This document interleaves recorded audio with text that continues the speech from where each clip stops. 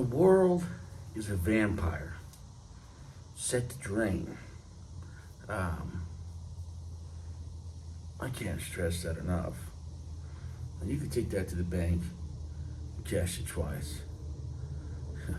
You could smoke a cigar naked, but that won't change what it is, right? I mean, you do what you want to do. You do you, boo, right? You see Richie with his balls out. I don't think so. Maybe I'm just a regular guy smoking a Fuente with a cig and a Beretta. That's what you call some of the best of the best. Forget about HK. It's a whole nother ballgame. You know, when it comes to like classics, 220s, 226s, and Beretta 92s, and all their variants, those are the best of the, I don't want to say old world, because old world sounds like 1911, or cowboy single action.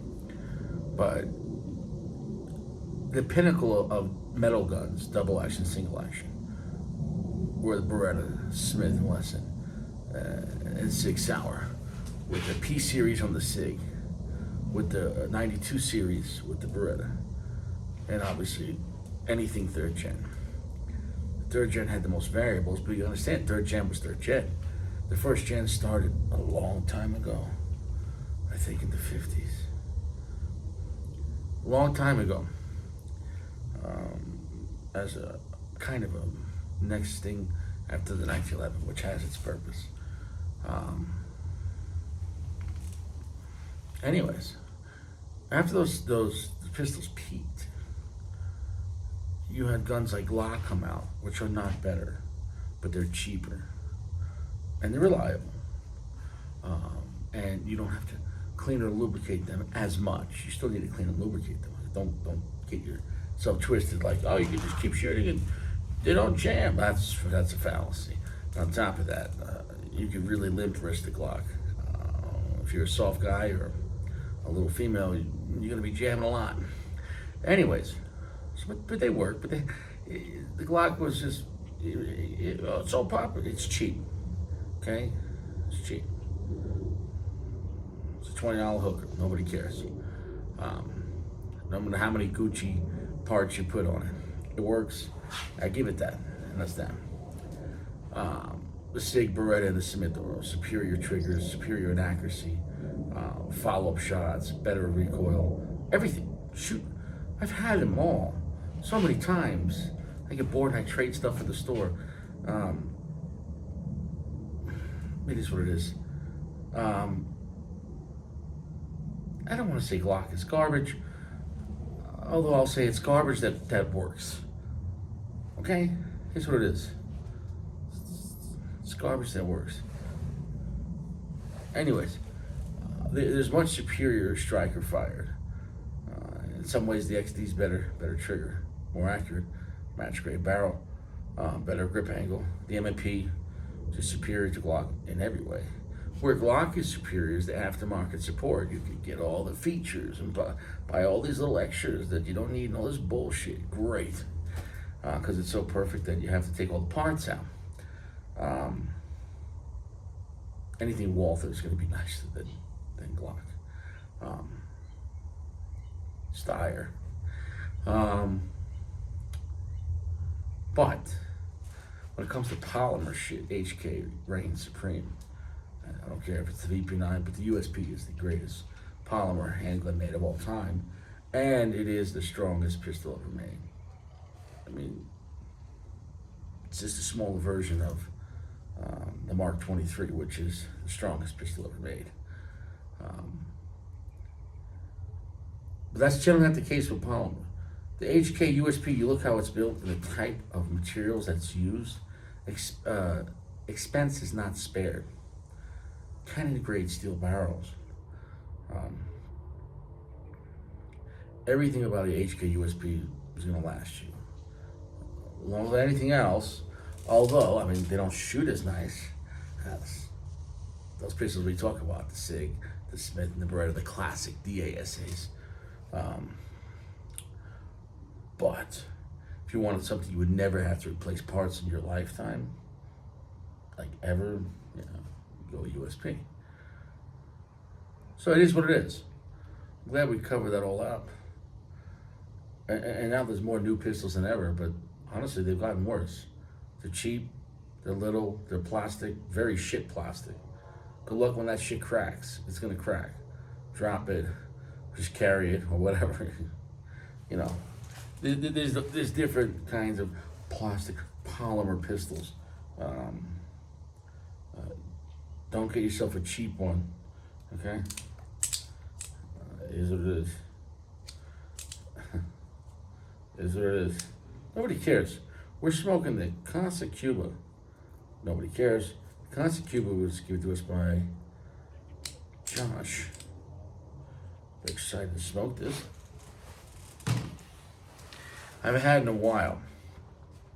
I know you don't care. But this is the smallest one, the 4.5 inch. Is that the something Cinco? I don't know. They had all these different names for it. I don't care. Nobody cares.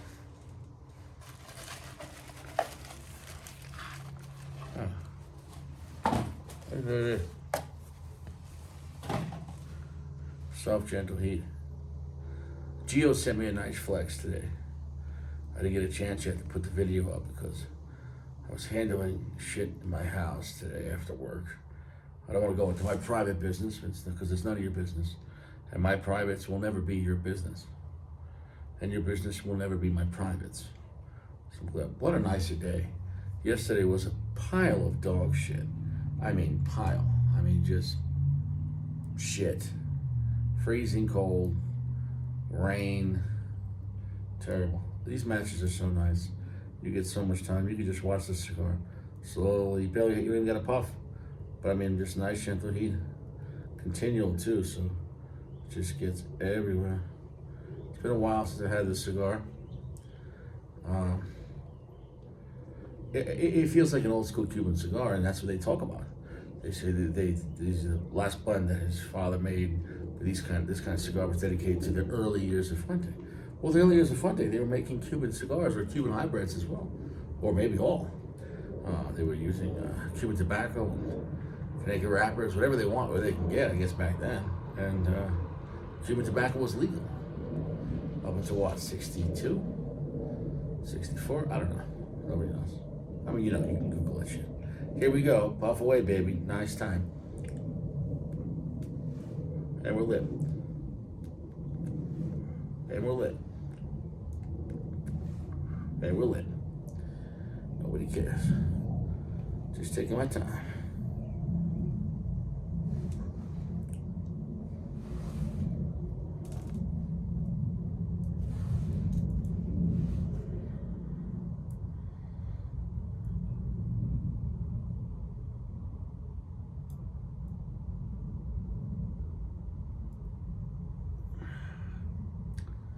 Tell you what, that's a nice medium plus beginning. I like that. I like that. That's a good beginning. It's a great draw. Is that bird back? I gotta throw some water again. What do you call it? I let the cigar sit out since yesterday. Let this thing breathe. I planned on it today. It's a very nice Ecuadorian looking wrapper. If what I've read, the rest of it is Dominican, but you don't care. I think this is 4.5 by 54. I think that's the size. Because the next step up was like 5 by 50. And this is not a 5 by 50.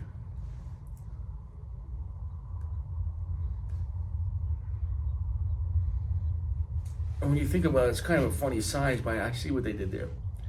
It's called reflection. What do you mean reflection? Well, as above, so below. Magicians. Here we go, right? 4.5 in length.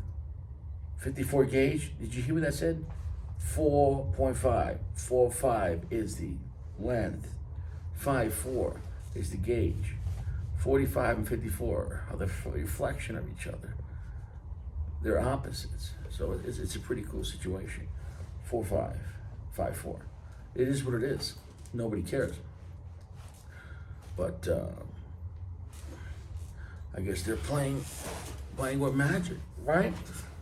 Playing with magic. I'm liking the beginning to this, and I never had it in this size. This kind of a little fatter size. Maybe this little fatter size is opening up the blend. Sometimes when you have a cigar, if you don't like it, and let's say you do have it in the classical Robusto or Corona, maybe go up. Because maybe it's not a strength issue, maybe it's an issue of how it hits you. Because, of course, going smaller generally always makes the cigar stronger, more intense. But it doesn't always mean make it better. Most of the time it does. But some blends, for me, the larger one is better. It's not the norm, okay? It's not the norm, but it happens sometimes, all right?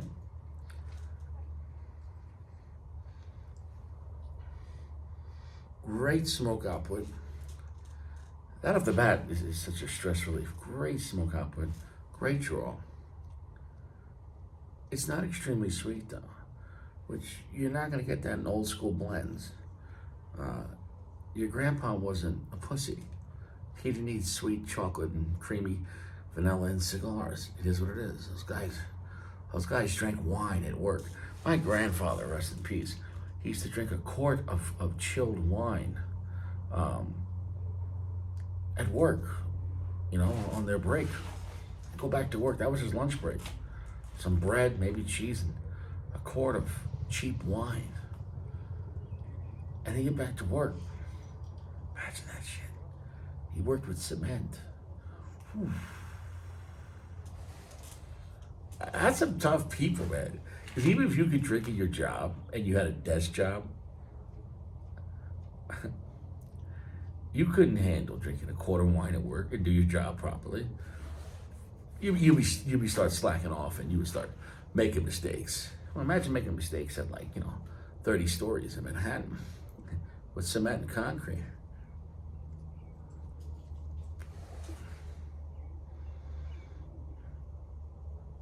My God, that's impressive. There is a chance that maybe last time I had this too, not just with the size, because I definitely had it in a smaller size.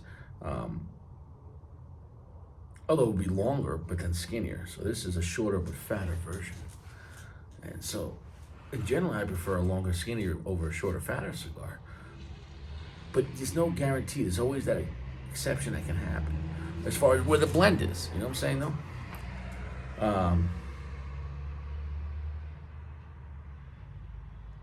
This cigar is not going to feel like most cigars you smoke. At the same time, you'll feel like the cigars you smoke if you smoke old school blends. And there's cigars out there like that. I mean, the Ramon Alones, right? And the Cuban side, the classic ones. Believe it or not, there's several cigars that have this classical feel. Some are better or worse. Similar, like the Padron 64 Natural is kind of similar to this, okay? And obviously, those guys are from Cuba too, right? So there's a profile in their mind, which doesn't happen on the higher end sticks, right? Because, think about it. Sure shit, back in the 50s and 60s, a good cigar was a good cigar, right? But I mean, what we think of as higher end now, let's say higher end now is what, $50, $100 cigars? Even let's take deflations, go back to the 1950s, nobody was smoking a $20 cigar. Nobody was smoking a $10 cigar. Out of your fucking mind? $10 cigar. Guys were making maybe $100, $200 a week in salary. You know what I'm saying? Busting their ass. You're gonna drop 10, 20 bucks on a cigar in 1957? You out of your fucking mind? $10 was probably groceries for the week. So anyways, my point is though, I think as time went on, like anything happens, the bar gets raised on what is luxury. I think at a certain point, the luxury was back then just to have a cigar. And then, of course, it's just man's lack of satisfaction. Can I speak? Lack of satisfaction. Wow, that was the word I wanted. Murder was the case that they gave me. Satisfaction. I couldn't get no satisfaction. So anyways, yeah.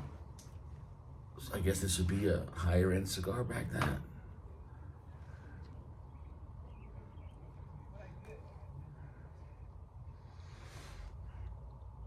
It's a solid medium foam. I know a lot of guys describe this cigar as a lighter Fuente. And yes, it is not dark like a Maduro. 60, maybe 65% darkness. So it's not a very dark cigar. Darker than a Connecticut shade. Not as dark as, let's say, even like a Fuente Sun-Grown. But it is quite stout. There's a difference between all the notes together and how light or dark the cigar is. But a dark cigar doesn't always mean a strong cigar. And a lighter cigar doesn't always mean it's going to be weak. That's just the kind of notes. I can't stress it enough. The wrapper decides the flavor. The fillers decide how strong you're going to push it. I've said it for a long time. The gauge decides how intense it's going to be, what version of it. Because you can use the same tobacco. And one is 50 and one is 56. Right? It's a delivery device. The 50 gauge is going to have less room for smoke. When you got less room, things are more intense. Right? Go take an Uber by yourself versus being stuck on a fucking train.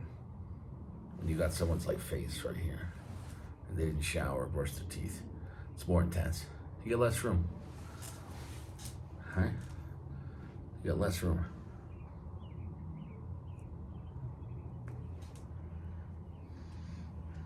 The smoke output and the draw on this thing and the profile, really not sweet. Slightly creamy, but it's nutty. But it's got a good amount of black pepper spice. But it's got a good amount of herb. This is not an exotic blend. This was old school luxury.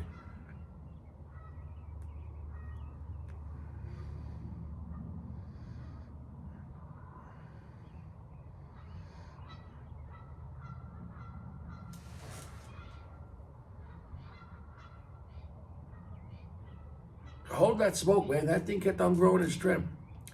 The nuttiness was more of cashew, slightly creamy, definitely black pepper. Twangy, sourdough. That's you're gonna get an old school classic kind of Cuban blends. Some rich cedar, and a good amount of earth.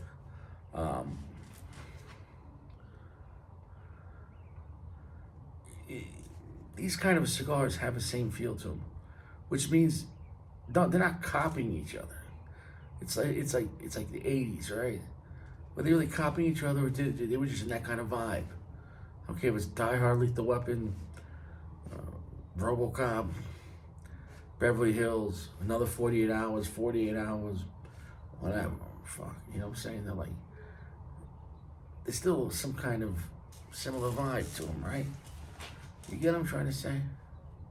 You know what I'm saying? They complement each other. Cigars, when they say, well, at least they admit to it, but then there's cigars that don't admit to it, and you're like, wow, it just feels just like that. If you want a cigar that's kind of feels like this, not as good, but it's not a bad cigar. And I think it is Aganorsa, the Gurkha Nicaragua. The Gurkha Nicaragua feels like an old school Cuban blend, like this. It's not a bad cigar. It's Aganorsa. I'm tired of defending Gurkha. Gurkha fucked up in the past. They did.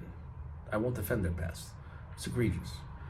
I mean, they had cigars dedicated to dragons and gold. And, right now you get 20 of these cigars for $19.99 only at Cigar International. I mean, they kind of sold out and did a lot of games. It's what it is. But I don't know, past 5 years, maybe a little more. The Trienta, Aganorsa, Trienta was great.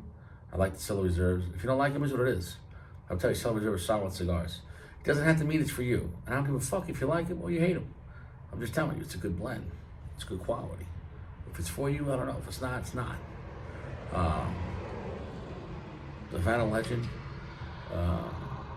that was made basically to be like a cheaper Padron 64. And it is. It's not as good as a Padron, but it's a lot cheaper. But it kind of feels like it, and that's fine. And that was right out of Juan Lopez's mouth, because one of his favorite cigars is the Padron 64 Maduro, and so they set to go out to make like a poor man's Padron 64 Maduro. He did, and I kind of respect that. The Marquesa is a great chill out cigar. The Gurkha Marquesa is a solid chill cigar. Chill cigar. If you like it, if you want a chill cigar. And I don't mean like a Connecticut. I mean just, it's a nice happy stick. It really is. I don't give a shit anyone says. Like I've had it a few times. It's a happy cigar. So the newer ones, the brick and mortar stuff, that are available on the internet, but they're not going to be $2 a stick. Those are the games they played in the past. Done talking about that. So anyways, yeah, there are other cigars like this, although Fuente does it very well. I'm not going to say it's the best type of old school Cuban blend, because it's not like I have a whole lineup on my mind.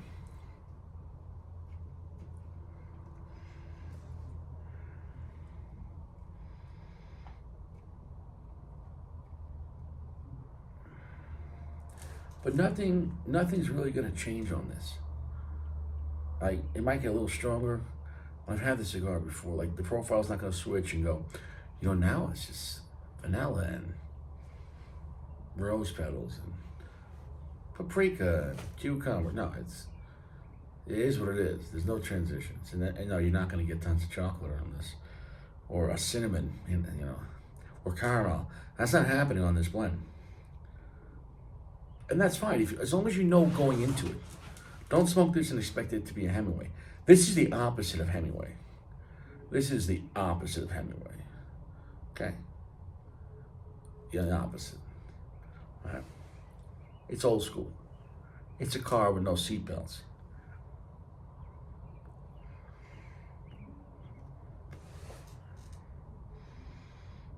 It's got pungent aroma. It's got pungent flavors. Now, whether you like them or not, that's going to be up to you. But I think, it can be enjoyed if you get in the right mindset. I think if you want to balance, the cigar is not balanced. If you want to balance it, because it's kind of has a feel to it, it's a vibe. If you want to balance it out, make yourself some margarita shit or without fentanyl, or pina colada or something like that. I don't care if you drink a fucking Gatorade, whatever, something, and then it will activate the other part of your mind that's getting ignored, and you're like, oh, wow, I'm getting a full 3-course meal out of this. So it is what it is. These are reliable cigars. It is Fuente, but even though it's a very simple concept, an old school blend, which was being made back then, compared to Fuente's new stuff, it does not feel like a Hemingway. Any of them. I don't care. Rare Pinks, Cameroons, Sungrown, Maduros.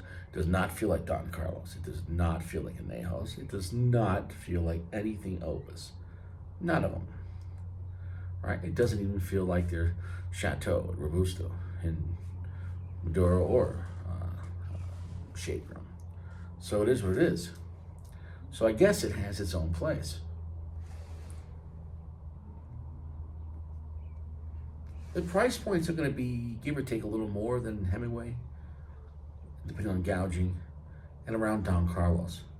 I'd say give or take $10 to $15, depending on size, right? And I'm just giving that range because most of the time I see them around like $12, $12.99, depending on size. But sometimes they get edge up, sometimes they get edge down. They do come in nicer boxes. The guys that like these cigars really do enjoy them. They get excited about them. I've seen that firsthand. Oh, they got Casa, Cuba.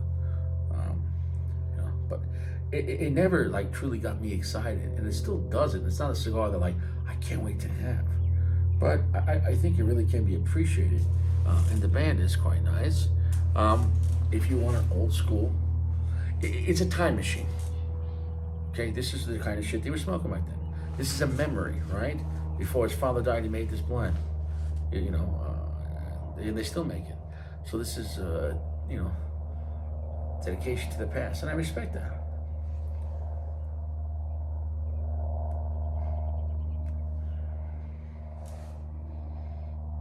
or simpler times.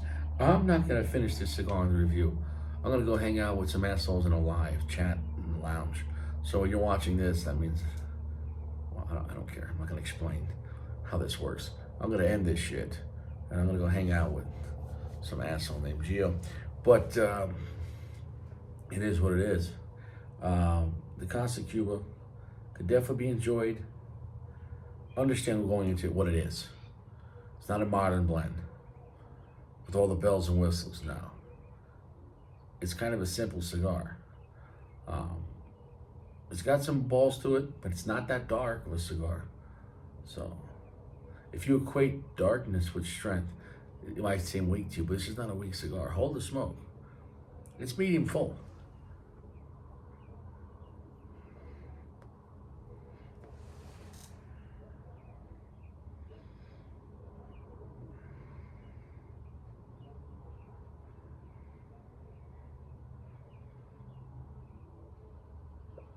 Let it talk to you, all right? A 4.2. I think it's a solid rating. As long as you know what you're going into this. It can be enjoyable, the cigar, if you know what it is, okay? Zero sweetness. It's not dark, but it's pretty strong. If you understand that, and the blend's a classical, old school Cuban blend, then you can enjoy this cigar. If you don't understand that, you're gonna go, man, if you just blindly, that doesn't feel like Padron. Oh, that doesn't feel like my Hemingway Maduro. It's not. It's not.